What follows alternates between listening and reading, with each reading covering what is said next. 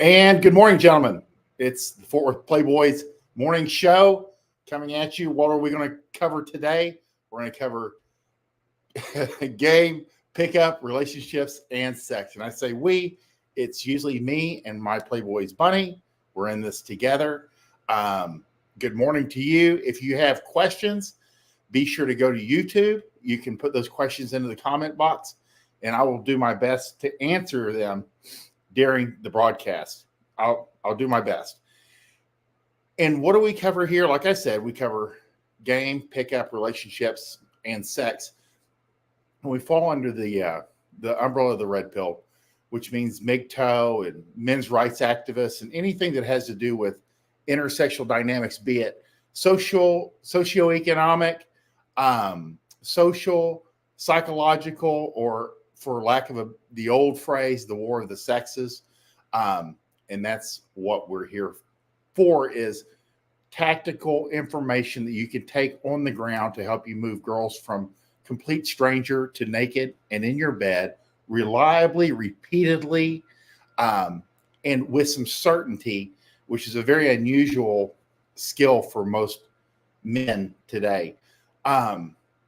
We always start off with a maxim. I only had Sunday off. We're doing this 6 days a week now. You'd think that I'd be a little bit smoother in the morning. You think I had a month off. We always start off with a maxim number 45 from Chateau Hartiste.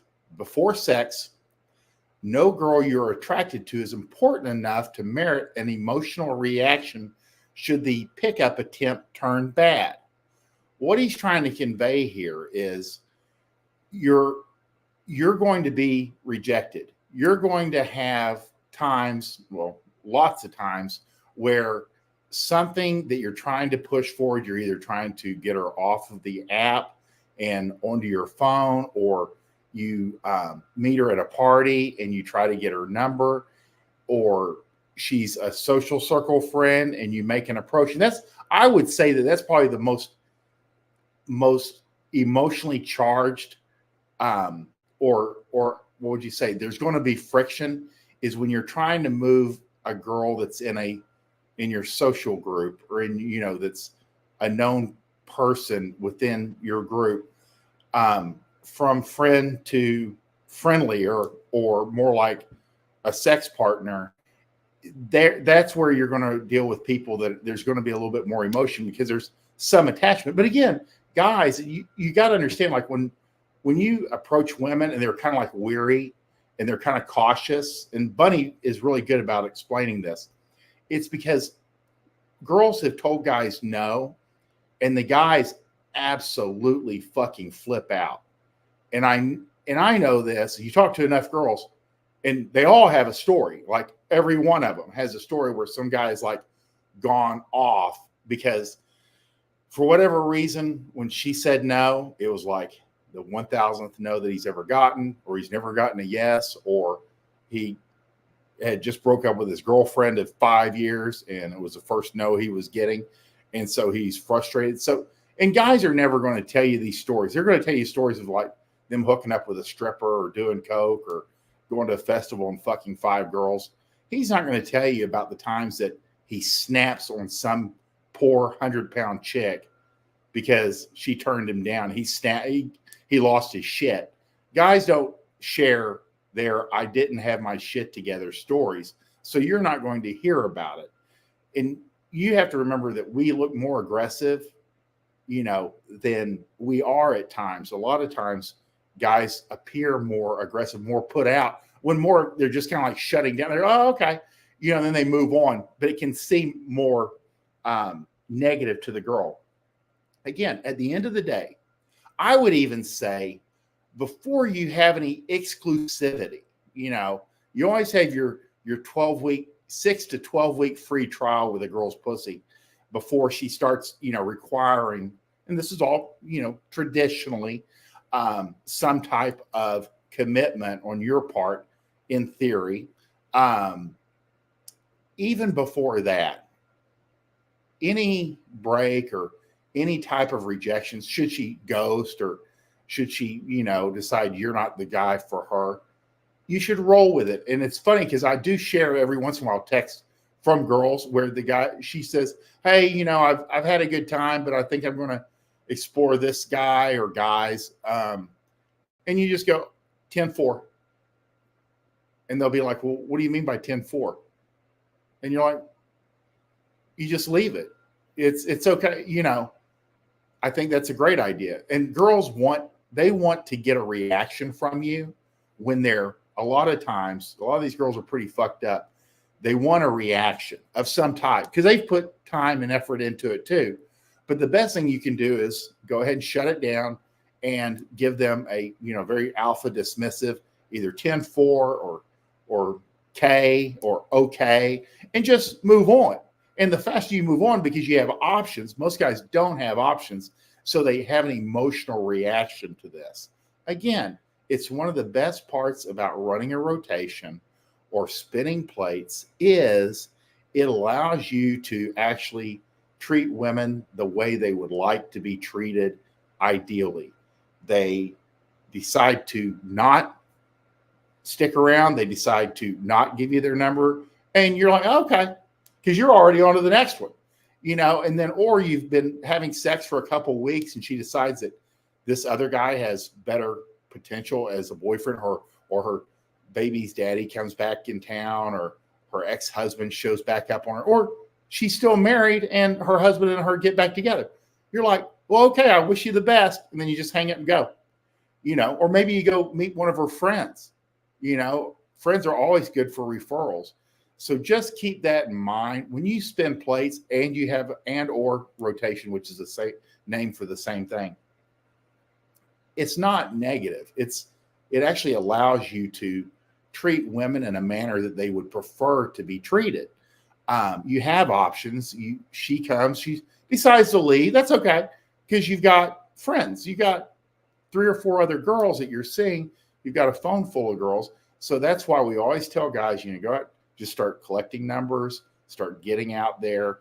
The busier you are, the better off you'll be. But again, before sex, and I would even say before any exclusivity, no girl you're attracted to is important enough to merit an emotional reaction should the pickup attempt turn bad. And that's because this is part of the game. And it's almost like you need to, if you consider yourself, or you see your persona as a player or a playboy or a fuck boy or just a guy that gets it, your job in a sense is to manage these things as a professional and not become emotionally reactive to a situation that doesn't warrant it. Sometimes it warrants it. Girls can fuck up and they deserve some type of reaction, be it a soft next or a hard next or the 20-second rule. But in this case, before exclusivity, it's really not worth, because you're going to run so many girls. You're going to look 10s, 50, 100 girls, thousands over time. So you can't invest too much emotionally into any one of them, especially if they're an unknown quantity. So that's the real deal with maxim number 45. Before sex, no girl you're attracted to is important enough to merit an emotional reaction should the pickup attempt turn bad. That's the real deal. Let's go to the next slide, see what we got. You guys can see this. Hang on one second. Let me add this in. Should you at any moment say, you know what, I want to spend some money today, go to fortworthplayboy.gumroad.com. I've got like 20, 25 titles. If you decide you want to fuck harder, Bunny has How to Fuck Like a Porn Star, an entire series, plus a primary book, and then a series of like threesomes. Every guy's interested in this. And the next couple, there's 3 titles. You'll have to double check. But again, it's part of a series to become a complete Casanova. It's really, really substantially good. Again, if you want to invest, fortworthplayboy.gumroad.com or myplayboysbunny.gumroad.com. Next slide. Stack the deck in your favor. Environment matters. Meet for Drinks is your highest rate close rate by far. There's no question other than her coming over to your apartment directly. But if you're talking about having to go out and close, meeting for drinks will give you your highest return on investment. Dinner is a boyfriend expectation, even if you want fast sex. Afternoon coffee can work, but it's more challenging. And an ice cream date or going for a walk, it is an uphill battle from the beginning. Again, there are going to be exceptions. There is always going to be the dude that is able to go pick her up in his car. He drives her around the block 2 times. Then he parks and fucks her in front of her house.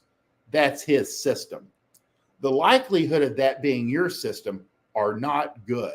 So you have to realize that the exceptions, if we're talking about you're kind of new to this or you're intermediate and you're not getting the results you want, I want to suggest to you the best environments that you can close consistently.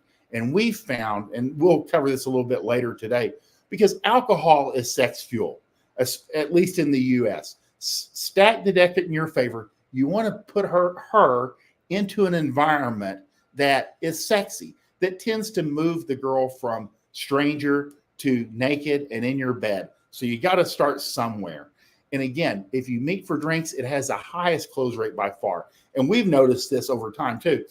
The later you meet up, the higher chance of you closing with sex is. That's why some of these guys get so lackadaisical. They're like, why don't you meet me at 11 o'clock for such and such? And that's the first date. And she's like, I don't think so. Because she knows. It's almost like too overly forward. It's almost like, hey, why don't we just meet up and fuck? And if she's not, she's on board because she's going to meet up with you, but she needs to kind of like be talked into it to a certain extent.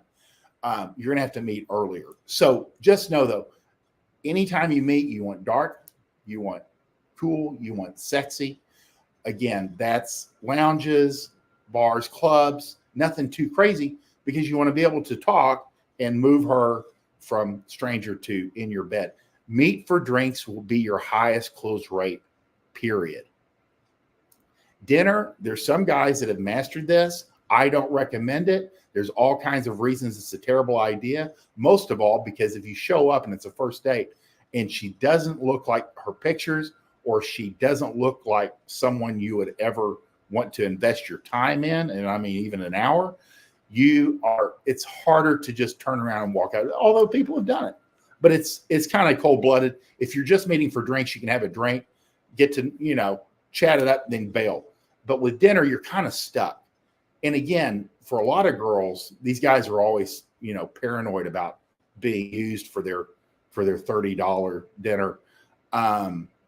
You don't have to worry about being used if you never do dinner. You just go out for drinks, and if 1 or 2 drinks and she's not that interesting, you can move on. Again, it's a smaller investment.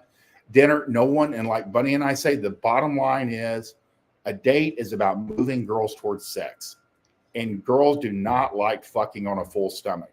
They're bloated, they feel fat, they feel nasty, they don't feel good, their belly's hanging out. Girls don't like fucking on a full stomach. So you don't take them out to dinner. That should be your rule. Afternoon coffee can work. Some guys that are smooth, and especially if you're dealing with like girls that are alcoholics and they can't drink anymore, afternoon coffee can work. And girls kind of like know it's the deal. But again, you're not able to leverage that alcohol as sex fuel. But afternoon coffee can work if you have some skills. But otherwise, you're working on luck, timing. She just went through a breakup, so she's fucking everyone.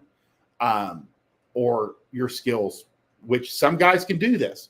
They meet up with a girl for afternoon coffee. It's 2 p.m. They go for a walk, and he fucks her in the car. It happens all the time. Again, if you can build a system like that, and you'll get good at picking the girls that'll sign off on this as you move forward. An ice cream date is just a bad idea. I don't know of anybody that's had a lot of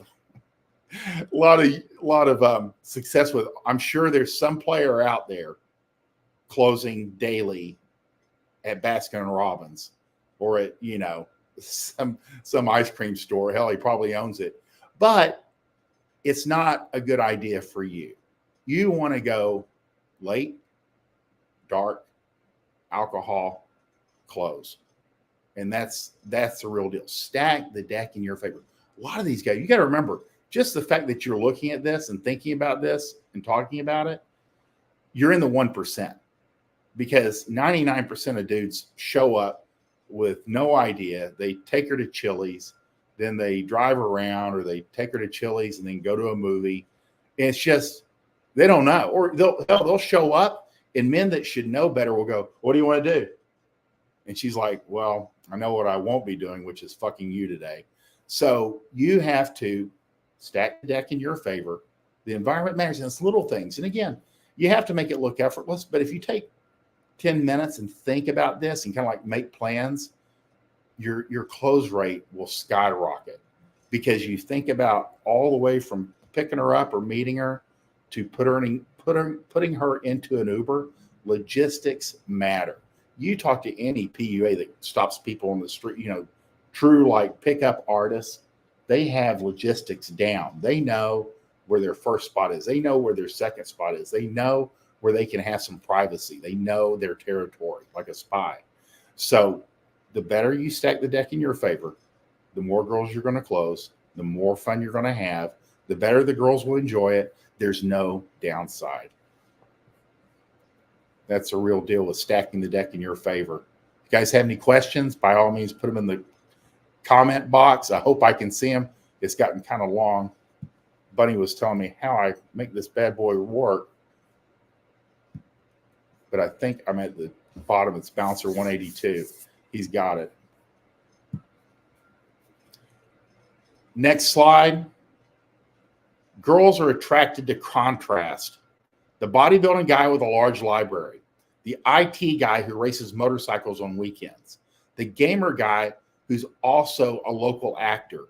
Even if you don't have a contrasting hobby or pursuit, you should find one. Again, this is one of those subtle things that pays off huge dividends. When you surprise girls are pretty bored, and they're boring, but they're pretty bored because most guys are pretty easy to read. He works, in a warehouse. He drives a beater. He doesn't really know what he wants to do. And when he's not working, he's gaming 23 hours a day and eating like shit. It's your average guy. And you think that that's the exception. That's actually the vast majority of men are not ambitious. They eat like shit. They've never been in the gym. They've never gone they're never going to exercise. And they're just kind of like going through life. But if you have your shit together, you're going to be heads above, even though they'll never act like that. Girls will never give you any credit for this. But there are things that you can do to make yourself more attractive. You can use contrast. Again, you don't want to be, some guys are all in. They're like a stereotype, but that's okay. But again, if you can contrast, if you can find something to contrast to your primary identity, like the bodybuilding guy that actually reads. And that's one weird thing, because I have bookshelves, and girls always would stop and look. And I guess it's an unusual thing to see books in an apartment for most guys. I mean, a lot of guys, once they graduate high school or college, they never open another book as long as they live. And before the internet came along, there were many guys that never wrote another sentence ever again. But you kind of have to now if you're texting. But a lot of guys never picked up a pen or ever typed anything in anywhere after school was done. And their intent was to never open another book or read another word ever again if they could help it. But any type of contrast will make you more attractive. It's bodybuilding guy with a large library, the IT guy, and I know there's a lot of tech guys, just because there's a lot more tech guys here. If you can find a more adventurous, motorcycling is good, cycling, mountain biking, anything out and about, anything active will give you credibility, and it's probably good for your brain as much. The gamer guy who also is an actor, or the gamer guy that also pursues something very physical. Again, it's going to help with your game because anytime you exercise, your brain works better. Again, there's always a benefit to having a contrasting pursuit. It kind of balances your brain out and your body. But even if you don't have a contrasting hobby or pursuit, it's good to go find one. Fort Worth, you like art? Dang, I would have never guessed. Yeah, you gotta have some contrasting things. Again, and that's the deal. I mean, like Stan the Milkman says, and climbs walls. And you have to know what works for you. Again, IT guys, there's a wall climbing gym just like literally downstairs from my apartment, but it's always busy. It's always busy with men and women like under 40. I've noticed. I mean, it's a younger crowd. I guess if you drop from 15 or 20 feet up, anything after 40 usually tend to break something when you hit. But again, it's a wall climbing gym, bouldering gym. And it's always busy, and it's probably not a bad place to meet chicks. So, they also have yoga. So you have the right mix of girls there. Again, if you're more cerebral, it never hurts to have something like that. And again, as you get a little bit older and you get a little bit more money, sometimes getting into like art, either be sculpture or painting or just supporting, because a lot of girls do like to paint. Bunny loves to paint. She's very talented. And it's when she has time, when she's not working on 3 businesses.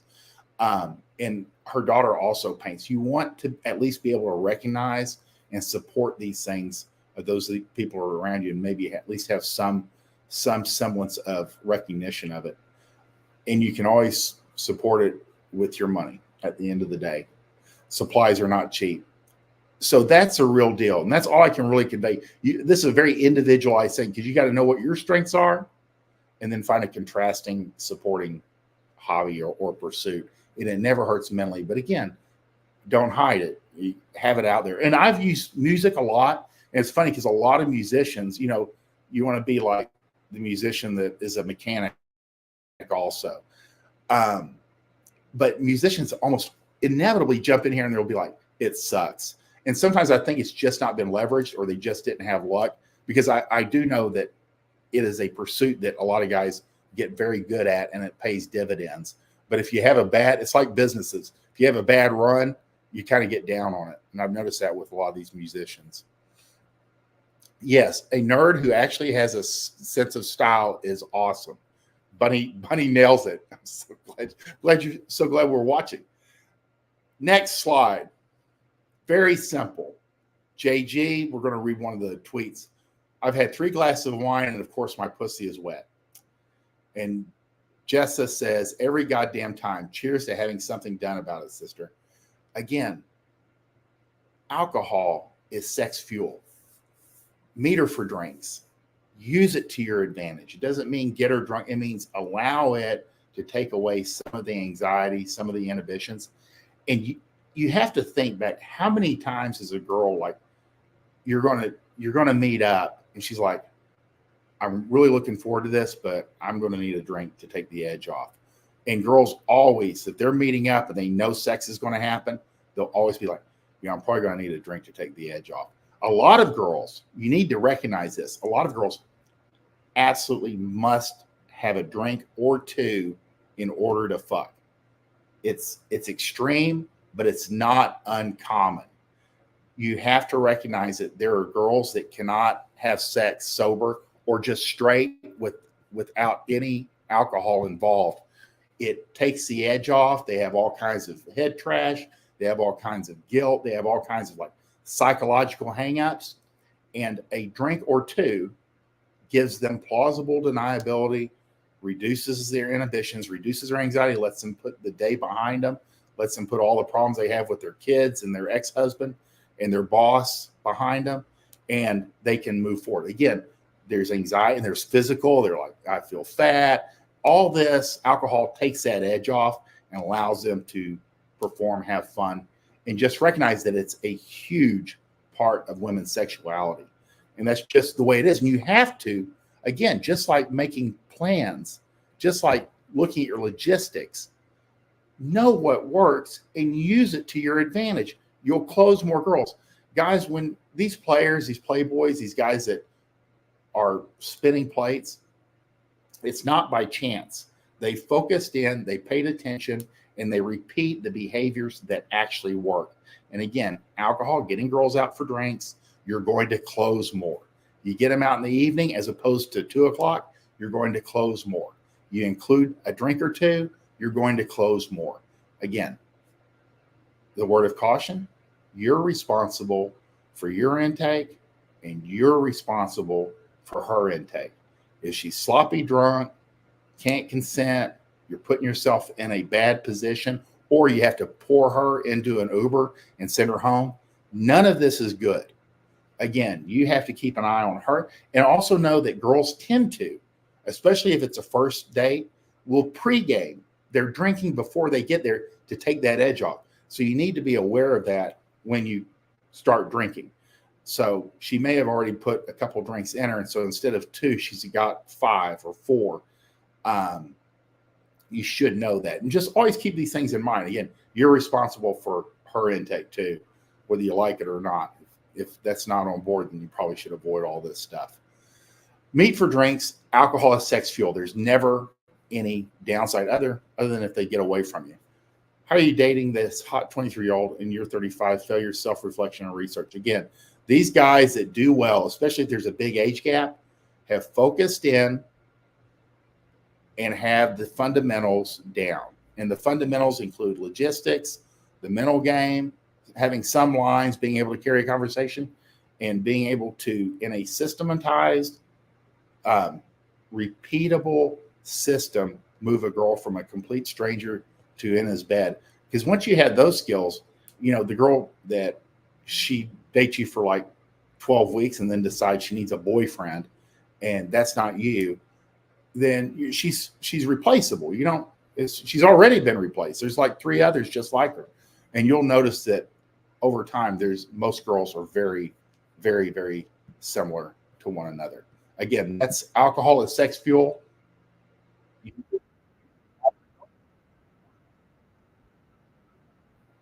And you can't hear the sound. Unfortunately, it's, if you can see, let me see if I can do this right. The official thank you. She says, thank you to all my travel boyfriends for an amazing 4 months in Australia, not giving me STDs. And through here, she probably shows off 5 or 6 guys. I think I posted this morning, maybe more than that. Again, these are just the guys she posted. This isn't including the other randos that she had sex with. When girls travel, they are going to have sex, and they travel to have sex. My girlfriend is traveling solo for a few months. She said she wanted to see new places, try some foreign foods, and explore foreign cultures. I told her I'd faithfully wait for her to return. And it's a bad idea. Again, a lot of girls are going to Europe for 3 months or backpacking through Europe for the summer. She's gone. Just, what do we always say? Just focus on yourself, man. Just focus on yourself. Focus on all the girls that are local and that aren't traveling anywhere. And every once in a while, you'll have girls that'll jump in here and go, well, I travel, and that's not what I'm there. No one cares. You're the exception that proves the rule. If you got 10 girls, 9 of them are traveling so they can be, 1, anonymous, 2, they can have sex with a lot of different types of guys. No one knows what they're doing. Again, it's almost like going to college for the first year away from their parents.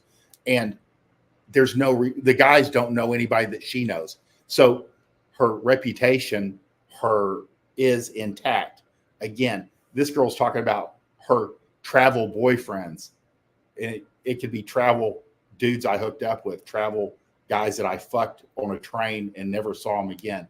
Again, boyfriend, using the language is super important to women, like my travel boyfriends. And there were like 35 of them. So it's kind of like when a girl says she's single, it doesn't mean she's single, but in your head, you're, oh, she's single. She doesn't have any boyfriends, or she's not seeing anybody. Well, she's seeing 2 guys, and she just backs them, she's having sex with them every other day.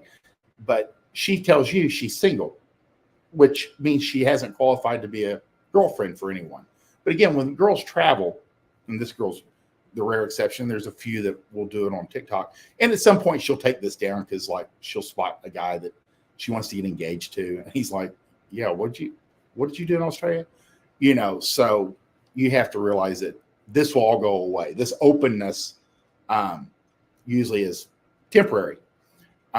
It's kind of like they project the things that they want in a guy, which is a guy who travels a lot and bangs a lot of chicks. They're projecting what they want in a man when they do stuff like this temporarily before they hide it and forget it all happened. And usually it's like a year or 2 years is the memory hole. But my girlfriend is traveling solo. If your girl's going to go travel, she's going to travel with some whore girlfriends, some, if she's not traveling with nuns, and even then, girls try to get around that. You're in for a bad time unless you just kind of like put it into a casual rotation. You relax and let her go. Don't worry about it too much. Just know she's with other men, and deal with that where you're mentally at right now. But again, this girl is a fine example of, she was lucky to not get any STDs that she mentioned. She may have still picked him up and brought him back to the boyfriends. But again, it shows and it reinforces that when girls travel, it's all about sex tourism, sex travel. Even if it's not intentional, it's what actually happens. So that's the real deal with girls and their travel buddies or their travel boyfriends, all 35 of them. So if you have any questions, by all means, put them in the box. We're going to wrap it up for today. I hope you've gotten some value out of our 31 minutes, 45 seconds together. If you have any questions, by all means, DM me on Twitter, or you can reach out through YouTube or Fort Worth Playboy at Gmail. Everything spelled out, fortworthplayboy@gmail.com. If you need a assessment or if you need a consultation, that's at fortworthplayboy.com, and we'll help you out. Invest in us, support this channel financially at fortworthplayboy.gumroad.com or myplayboysbunny.gumroad.com. I appreciate it. I will see you guys tomorrow at 7 a.m. We're going 6 days a week from now on, Monday through Saturday, 7 a.m. Hope you guys have a great day.